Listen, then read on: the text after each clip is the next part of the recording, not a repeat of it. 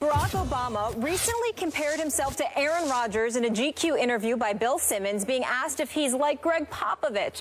President Obama responded with this: or maybe Aaron Rodgers in the pocket, in the sense of you can't be distracted by what's around you. You've got to be looking downfield. And I think that's a quality that I have, not getting flustered in what's around me. Here's Rodgers' response to the Prez. I know that's probably tough for him because he's a big Bear fan.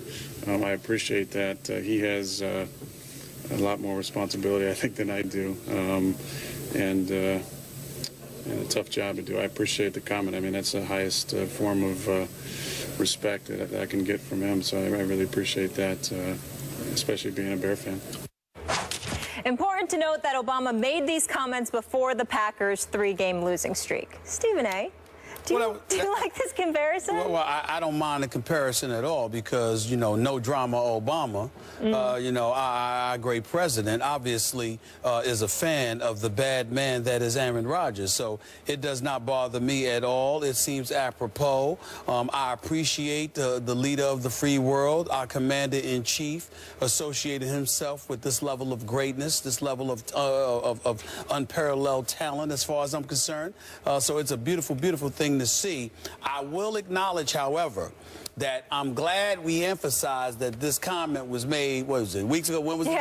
When was it? When was the date? All I know is it was before the 3-game skid. It was before the 3-game skid because Aaron Rodgers, you know, obviously, you know, on a more serious note, our president did seem to get a bit perturbed at some, some questions that were being thrown his way in the aftermath of what happened in Paris last night because of his comments prior to that about ISIS. It was October 5th, to be exact. Exactly. So, I mean, he did seem as cool at that particular moment in time, but we understand that those are obviously dire circumstances. Of course. And our heart goes out to all of those people. But on a lighter note, outside of that, prior to last week, those comments are more than apropos.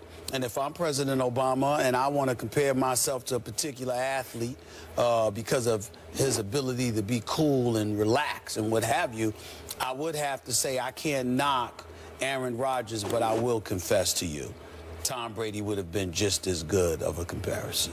Oh, you would? You would concede that. He blew the Prez off, though. Wow. So he couldn't I would pick concede that, but you can't use Tom Brady because Tom Brady was very, very disrespectful and blasphemous in blowing off our president when the New England Patriots were being celebrated at the White House. So I'm glad that the president didn't mention him because he isn't worthy of being mentioned by the president after doing something like that. You sure it wasn't that Tom Brady was condemned in the court of public opinion as a liar and cheater? The president didn't do that. Yeah. The president he did no such thing. From a PR standpoint. Well, I'm just saying, but you know, you showed up when George W. Bush was the president, you know, on more than one occasions to celebrate your championship.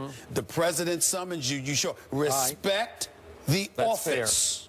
Fair. The office. Okay. Respect the office. All right, I got it. Yes. Now, allow me to say that I have issues with this analogy on 2 levels. And first, I'm going to do it from a Chicago perspective because I remind you, I did work in Chicago as a columnist for the Tribune. I covered the Chicago Bears. My brother owns and operates Obama's favorite restaurant in Chicago. Okay, so Obama's a Chicago guy. Is that fair to say? He's a Chicago guy. You're not going to tell me you should have mentioned Cutler, are you? You're not going to say that? Oh, okay. I'm scared. How can a supposed Bears fan place a Packer on such a presidential pedestal? It's crossing the line. You just can't do it. You're going to disqualify yourself, oh, President, as a Bears fan. They're going to take this the wrong way, man. You just can't do it. You cannot go there. Do you understand the depth of the rivalry between Chicago and Green Bay? I understand. It's historical. I understand what it used to be before Cutler arrived. Well, it still is. Trust me. The Bears fans take it very seriously, more seriously than any other rivalry in Chicago is Green Bay, Chicago. Bears, Packers. So I was shocked that he would go there, and Aaron acknowledged it. He said, gee, as a Bears fan, I'm honored by this, that even as a Bears fan, you would include me in this. That's a blunder on his part, on Obama's part, if you're a Bears fan. How can you do that to the Bears? You want me to tell you how you could do it?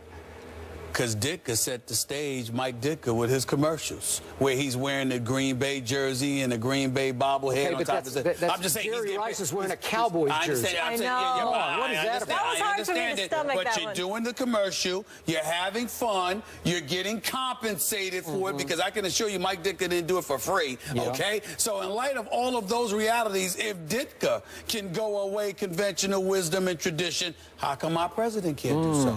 I would say that he has the right to do so if Mike Ditka did it. I don't think so. I think so. Okay, now let's go to the other level. Yep. Okay. Let's talk about football here.